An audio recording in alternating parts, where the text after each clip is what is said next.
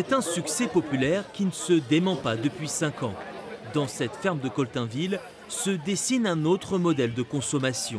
Ici, pas de revendeurs, pas d'emballage superflu, juste des producteurs et leur récolte. Moi, j'ai choisi tout de suite, quand je me suis lancé là-dedans, au circuit court. Je veux qu'il n'y ait pas d'intermédiaire, voilà le but. D'abord, je vends moins cher que les grandes surfaces, et puis les gens s'y retrouvent bien parce que c'est de la très bonne qualité. Voilà. Côté organisation, on joue la carte de la proximité à fond. Le marché fermier, c'est moins de camions et plus de saveurs. On fait aussi bien que les industriels, mais mieux et meilleur. Avec une empreinte carbone moins élevée.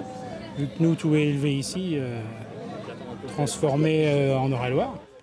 Chaque année, plus de 4000 visiteurs se déplacent le premier week-end de mai dans cette ferme. On voit vraiment des beaux produits à des qualités, à des prix qui sont quand même très raisonnables. Donc c'est vraiment un grand plaisir. Le fait aussi de soutenir des producteurs locaux, c'est important pour moi, c'est important, oui, bien sûr.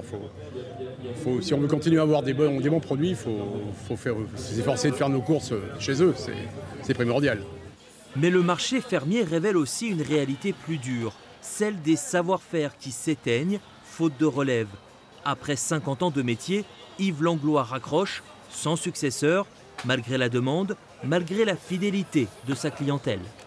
Les gens qui veulent faire ces métiers-là, non, il y en a plus beaucoup. Parce que aussi, c'est un peu compliqué de travailler maintenant. S'il n'y avait que le travail par rapport en lui-même, ouais, je repars tout de suite. Mais c'est les normes, c'est les papiers, c'est les choses qui changent tout de suite. Ça, on n'en veut plus, ça. Par le goût, par la traçabilité, le circuit court séduit. Mais pour s'ancrer durablement dans tous les territoires, il lui reste un défi essentiel, transmettre.